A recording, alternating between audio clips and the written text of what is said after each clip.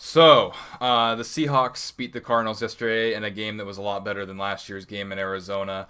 Last year's game in Arizona was a tie at 6-6, and actually last year the Seahawks didn't even beat Arizona. They lost to Arizona and Seattle, and they tie with them when they played them in Arizona. So already the Seahawks are off to a better start with Arizona this year by beating them. And the other great thing is not only do the Seahawks move up to 6-3, which unfortunately they're still a half game behind the Rams, so I'll be rooting for the Rams to lose this upcoming weekend.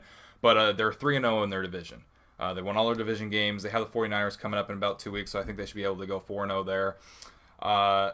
So to talk about this game, while it's really good that the Seahawks won, I feel like in some ways the Seahawks lost. Now, I'm not exactly sure, and what I mean by that is because of some of the injuries that were sustained. Frank Clark with his thigh injury, Dwayne Brown got an ankle injury. I don't know how serious that's going to be. The big one, Richard Sherman, is now out for the season. And I mean, you look at all the stars around this league that have already been injured this season. You got Aaron Rodgers, who's out for Green Bay. J.J. Watt's out. Eric Berry's out. Deshaun Watson, who was just exploding as a rookie quarterback, who's out for the season. And then for another Seahawks, Cliff Avrill's out for the season. There's so many other people in the NFL that are they're out for the season. A lot of season-ending injuries this year, and it really sucks for Richard Sherman because Richard Sherman's never even missed a game. Other than because the big thing is while Earl Thomas has missed games before and Cam Chancellor has missed games before, Richard Sherman's never missed a game in his pro career. Even when he was injured during the Super Bowl against Patriots in the week, he's always played. And he was injured yesterday, and he was playing during that. And then when he tore his Achilles, he's standing there on the sideline walking around on it. I feel like that's probably making it worse, but I mean that just shows you how tough that guy is.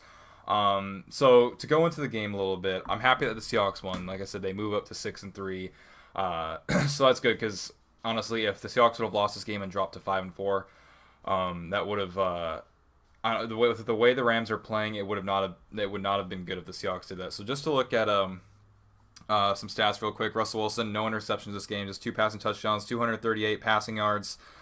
Doug Baldwin, 5 catches, 95 yards, including that one great catch when Russell Wilson was scrambling back there, and then they kind of just tossed it up, and Doug Baldwin went up for that catch and ran about 40 some yards downfield with that thing. Almost got close to getting a touchdown, then got pushed out. Jimmy Graham, 27 yards receiving on 6 catches, but two of those 6 catches coming in the end zone. And I really like the way they've been using Jimmy Graham in the end zone lately. And honestly, it's been working very well, and I kind of wish the Seahawks would have figured this out earlier.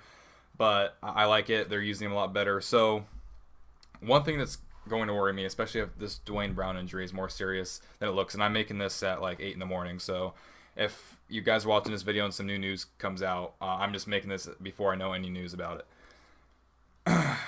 Seattle's offensive line is scaring me because, and I know the Arizona Cardinals defense is really good and they have a good pass rush and everything, but it's one of those things where down the stretch, I feel like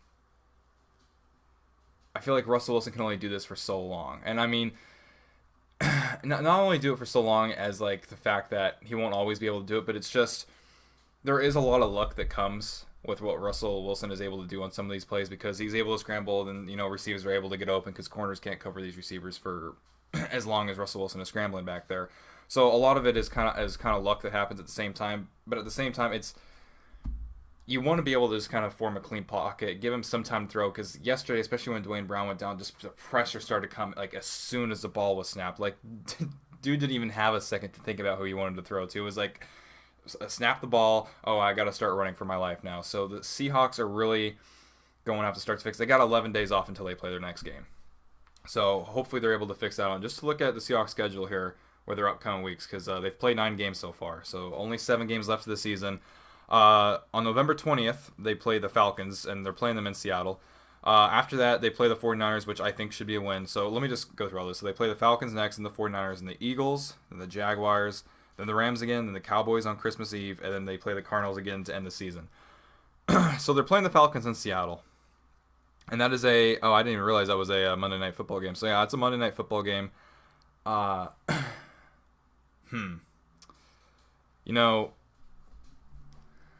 Seahawks are going to have to bring everything they possibly can against the Falcons because the Falcons, who haven't started off the season the greatest, obviously, so far, they're going to really be looking to beat the Seahawks here, especially after last year when that close game in Seattle. So the Seahawks are going to have to bring their A game there. When they go to San Fran to play the 49ers, the 49ers are probably the best 0-9 team that's ever been in the NFL. I mean, because a lot of the games they're losing, they're not losing by a lot. I mean, every now and then, like, the Cowboys will come along and blow them out. But the 49ers are actually playing pretty competitively in all their games. After the 49ers game, they have a Sunday night football game in Seattle on December 3rd when they play the Eagles. That's going to be a big one. The Eagles, as of right now, at least record-wise, are the best team in not only the NFL but the NFC. After that, they go to Jacksonville to play the Jaguars, and the Jaguars' defense is looking absolutely amazing this year, and even their offense, especially with Leonard Fournette, isn't too bad either. Then they play the Rams in Seattle, so that's good. We beat them. If we were able to beat them in Los Angeles, hopefully we were able to beat them in Seattle. Then they'll travel to Dallas to play the Cowboys on Christmas Eve. That game is going to be that's going to be a tough matchup, and then they end the season in Seattle when they face the Cardinals. So with 7 games left, in my prediction video, I basically predicted the Seahawks are either going to go 11-5 or 12-4. And with the 7 games left this season, in order to go 12-4, they're going to have to finish out 6-1, or to go 11-5, they're going to have to finish out 5-2. And right off the bat, I'm just going to tell you this right now: I don't think the Seahawks are beating the Cowboys on Christmas Eve. I said that in my prediction video. I do not think the Seahawks are going to sit here and beat the Cowboys on Christmas Eve. I do think they lose that game. I think they're going to win against the 49ers. I do think that they'll end the season on a win against the Cardinals, so I'll say those 2 are wins right there. The Jaguars game is going to be tough just because it's on the road. If it was in Seattle, but the Jaguars are playing tough, and I can see the Jaguars playing the Seahawks tough just like the Titans played us tough. The Jaguars, like I said, they have a great defense.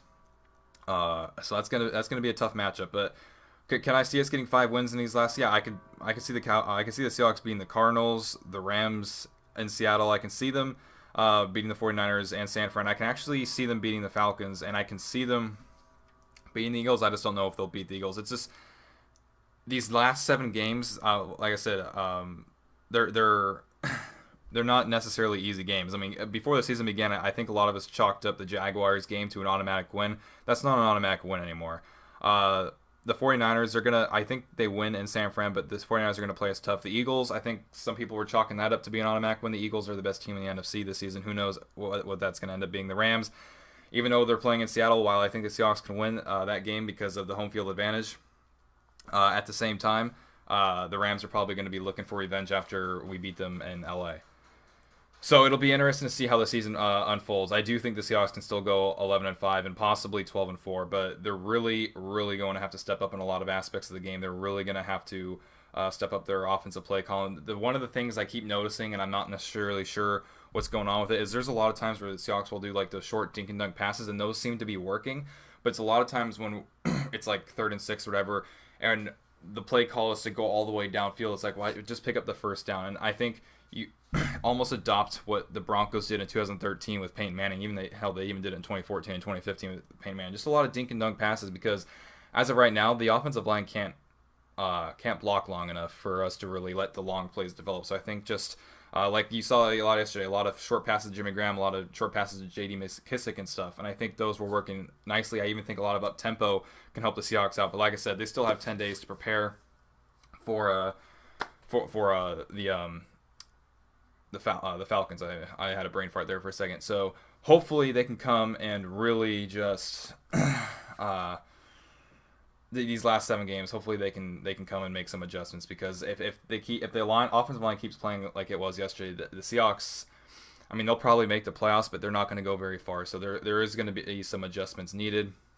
Other than that, I'm happy the Seahawks won. I'm sad that Richard Sherman got injured. That's a big injury right there, and it's almost a good thing that Jeremy Lane failed his physical with the Texans, and he's back with the Seahawks now because that's just more depth we still have at corner and experience with our defense. So that's good too. But there's going to be a lot of people that need to step up. It's going to be a whole next man up thing. Earl Thomas should be back by next game, so hopefully that's the case. But even if he's not, McDougald has been doing a great job of filling in his place. It's not like last season when Earl Thomas went down and it was bad because now we finally got a really good backup for Earl Thomas. Anyway, let me know what you guys think about the Seahawks and their last 7 games of the schedule. Do you think they're going to go 12-4, 11-5, or maybe you think they're only going to go like 10-6? I've seen some people say they're going to finish 9-7. I mean, anything's possible, really. Like I said, none of these next games are necessarily guaranteed. I'd say the 49ers game is kind of a guaranteed win, but who knows? Even that might not be. So anyway, let me know what you guys think down in the comment section down below. I'd like to thank you all for watching this video, and go Hawks.